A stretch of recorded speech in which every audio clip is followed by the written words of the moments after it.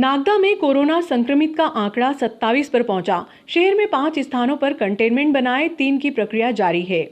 शहर में 27 व्यक्तियों के कोरोना पॉजिटिव आते ही प्रशासनिक अमला हाई अलर्ट हो गया। एसडीएम ने आरआरटी टीम का गठन कर संक्रमित व्यक्तियों के घर कंटेनमेंट बनाने के निर्देश दिए। 7 दिनों तक संक्रमित व्यक्ति कंटेनमेंट से बाहर नहीं निकल सकेगा। नियम का उल्लंघन करने पर कानूनी कार्रवाई की जाएगी। कोरोना के बढ़ते ग्राफ को लेकर पुलिस प्रशासन, नगर पालिका व स्वास्थ्य विभाग की संयुक्त टीम हाई अलर्ट हो गई। एसडीएम आशुतोष गोस्वामी ने नागरिकों के स्वास्थ्य की रक्षा के लिए बुधवार को आरआरटी टीम का गठन कर संक्रमित व्यक्तियों के घर कंटेनमेंट बनाने के निर्देश दिए। टीम ने मंगलवार को शहर में 5 स्थानों पर कंटेनमेंट बनाकर घर के बाहर पोस्टर चस्पा किए। एसडीएम गोस्वामी ने निजी लैब संचालकों को मंगलवार को दोबारा अल्टीमेटम दिया। कोरोना की तीसरी लहर में सैंपलिंग सिविल अस्पताल द्वारा ही की जाएगी। यदि कोई लैब संचालक प्रशासन की व्यवस्था में सहयोग नहीं करता है तो उसके खिलाफ नियमानुसार कार्रवाई होगी।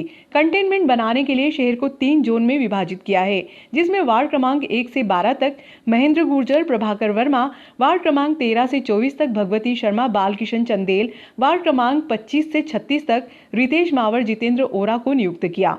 कोरोना संक्रमित व्यक्ति से प्रतिदिन महेंद्र अरोड़ा, नितेश उपाध्याय, ललित दास पंथी फीडबैक लेंगे। तहसीलदार आशीष खरे, सीएमओ सीएस जाट, अपर तहसीलदार नितिन छत्रोले लगातार मॉनिटरिंग करेंगे। प्रत्येक मंगलवार को तहसील ऑफिस में एसडीएम कार्यालय में जनसुनवाई का आयोजन किया जाता है, जिसमें 11 से 1 के बीच में सभी संबंधित विभाग अधिकारीगण यहाँ पे उपस्थित रहते हैं और कोशिश यह रहती है कि ये त्वरित निराकरण किया जाए किसी भी शिकायत का।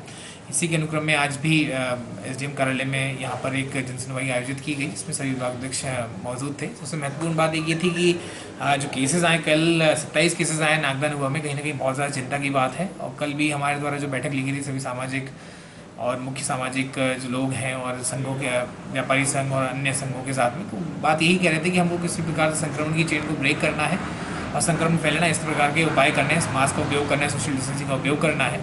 और इसके साथ ही आवश्यक है कि अब 27 यदि पॉजिटिव आए हैं तो उनकी कंटेनमेंट बनाया जाना भी ज़रूरी है। तो उसके लिए एक आदेश भी आज जारी किया जा रहा है, जिसमें कि शहरी क्षेत्र में नगर पालिका का पूरा सहयोग लिया जाएगा। ग्रामीण क्षेत्र में पटवारी और जो ग्राम पंचायत सचिव रहेंगे वो रहेंगे और एक इस प्रकार का एक आदेश बना रहे हैं हम लोग, जिसमें सभी व्यक्ति विशेष की और अधिकारी की एक जवाबदारी सुनिश्चित की जाएगी कि उनको एक नियत समय के भीतर जैसे ही कोई पॉजिटिव पेशेंट आता है तो उसे घर में कंटेनमेंट बनाना है। और मीडिया के माध्यम से यह अनुरोध करूंगा कि जो कंटेनमेंट बनेगा सभी को उसका पालन करना आवश्यक है। 7 दिन तक वो वहाँ पे क्वारंटीन रहेंगे और यदि 7 दिन के पहले ही यदि कोई क्वारंटीन ब्रेक करता है तो उसमें हम लोग विधिन सा कार्रवाई करेंगे।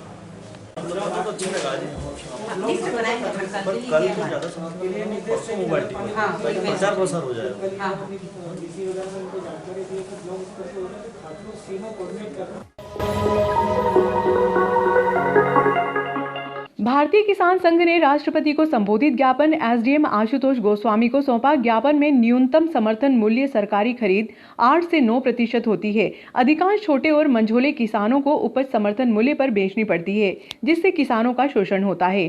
सरकारी खरीदी की कीमत घोषणा मात्र है। देश के अनेक कृषि उपज मंडी कानूनों में न्यूनतम समर्थन मूल्य से नीचे न खरीदे। उन्हेल क्षेत्र के गाँव नवादा, कलाल खेड़ी, पासलोद, उन्हेल, आलोट, जागीर के क्षेत्र में ओलावृष्टि से किसानों को नुकसानी का सामना करना पड़ा।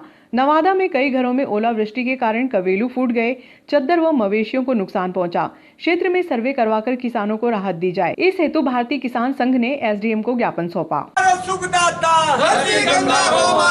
हमारे सुखदाता किसान शक्ति जागेगी, किसान शक्ति जागेगी।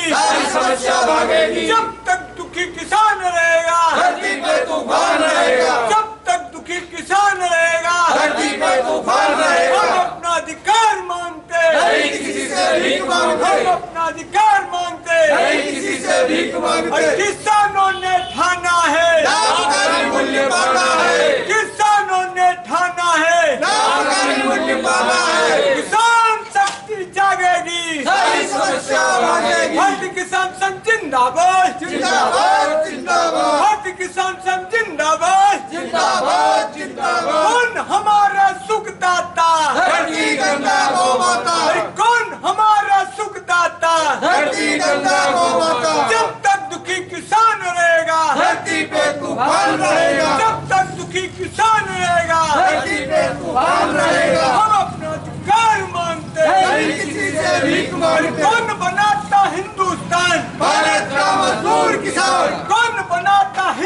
किसान, भारत का मजदूर किसान, अभी तो ये लड़ाई है, आगे और लड़ाई है, अभी तो ये लड़ाई है, आगे और लड़ाई है। दिया जा रहा है। तो ज्ञापन का वाचन करेंगे तहसील अध्यक्ष नागेश्वर शर्मा के आधार पर लाभकारी मूल्य किसानों को न्यायोचित अधिकार प्रति माननीय महामहिम राष्ट्रपति जी महोदय नई दिल्ली द्वारा श्रीमान अनुविभागीय अधिकारी महोदय तहसील नागदा संदर्भ में भारतीय किसान संघ ने 3 कृषि कानून जब अध्यादेश ही थे तभी से ही सितंबर 2020 से 2020 में 20,000 ग्राम समितियों के माध्यम से प्रधानमंत्री और कृषि मंत्री के नाम ज्ञापन भेजे थे। तत्पश्चात 8 सितंबर 2021 को 553 जिलों केंद्रों पर 97,000 से अधिक संख्या में धरना प्रदर्शन किया गया था। उसी क्रम में भारतीय किसान संघ 1 से 10 जनवरी तक लागत के आधार पर लाभकारी मूल्य के विषय पर जन जागरण करते हुए 11 जनवरी को माननीय राष्ट्रपति महोदय को तहसील केंद्रों से ज्ञापन प्रेषित कर रहा है। महोदय, गत वर्ष कृषि व्यापार 3 कानून केंद्र सरकार द्वारा लाए गए थे, जिसे तथाकथित किसान संगठनों के अराजक, हिंसक तथा देश विघातक ताकतों के हाथ का खिलौना बने नेताओं की हठधर्मिता के चलते देश के हित को ध्यान में रखकर केंद्र सरकार ने समझदारी दिखाते हुए वापस ले लिए। भारतीय किसान संघ पहले से ही स्वस्थ प्रतिस्पर्धक बाजार के पक्ष में रहा है। राजस्थान, महाराष्ट्र, तेलंगाना एवं इस संदर्भ में आंदोलन भी भारतीय किसान संघ ने किए थे।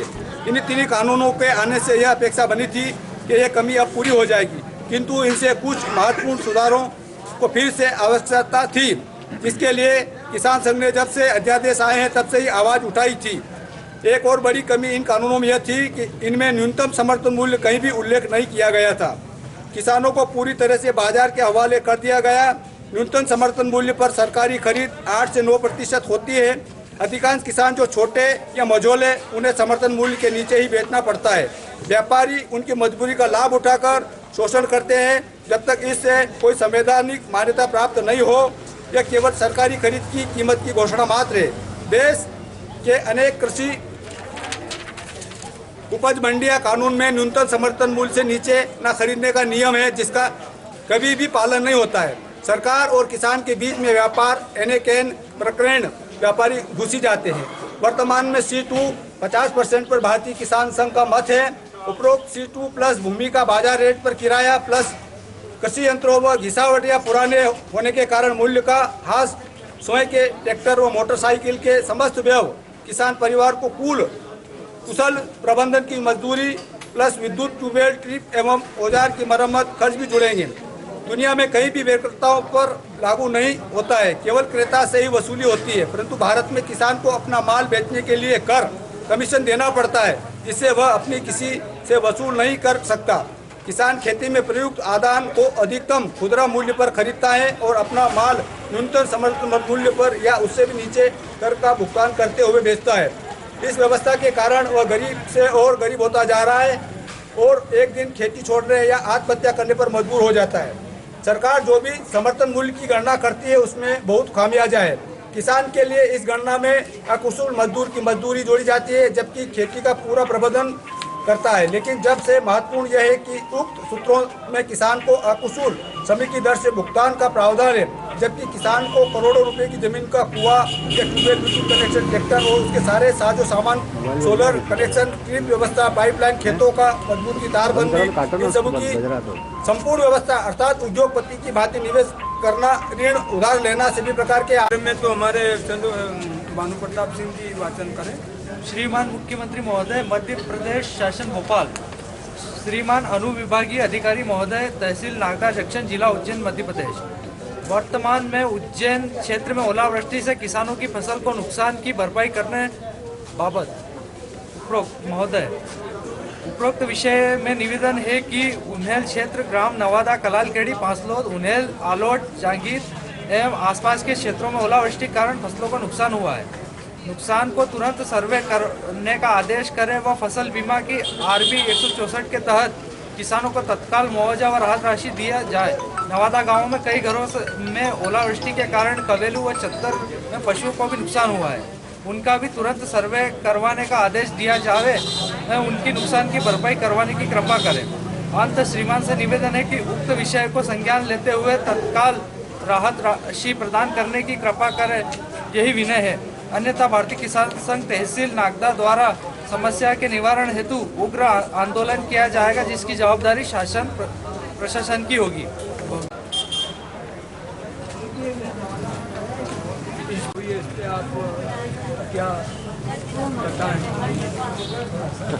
किसान संघ मध्य प्रदेश नागदा के द्वारा आज यहाँ एसडीएम कार्यालय में आकर ज्ञापन दिया गया है। लगे 2 ज्ञापन दिए गए हैं। पहला ज्ञापन जो है माननीय राष्ट्रपति महोदय के नाम ज्ञापित है, जिसमें कि लागत के आधार पर लाभकारी मूल्य किसानों को दिया जाए और इसको एक न्यायोचित अधिकार का रूप दिया जाए। इस संबंध में यह ज्ञापन दिया है। इस ज्ञापन में कृषि सुधार से संबंधित भी अलग अलग इनके द्वारा सुझाव किए गए हैं। माननीय राष्ट्रपति महोदय को यह प्रेषित किया जाएगा। दूसरा जो माननीय मुख्यमंत्री जी के नाम भारतीय किसान संघ का जो ज्ञापन है वह ओलावृष्टि से हुई नुकसान की भरपाई के संबंध में है, जिसे माननीय मुख्यमंत्री की कार्रवाई के लिए भेजा जाएगा। लेकिन हम लोग अपने स्तर पर भी दल का गठन हमारे द्वारा किया गया है। माननीय कलेक्टर महोदय के भी निर्देश हैं कि इसमें मौके की स्थिति पर जाकर कृषि विस्तार अधिकारी, पटवारी, सचिव सभी लोगों का एक दल बना है। वो लोग वहाँ पर जाके उसका पूरा सर्वे करें और सर्वे के बाद जो भी नुकसान आते हैं उसके नुकसान की भरपाई के लिए पूरा प्रकरण बना के भेजें और उसमें मुझे पूरी उम्मीद है उचित कार्रवाई की जाएगी।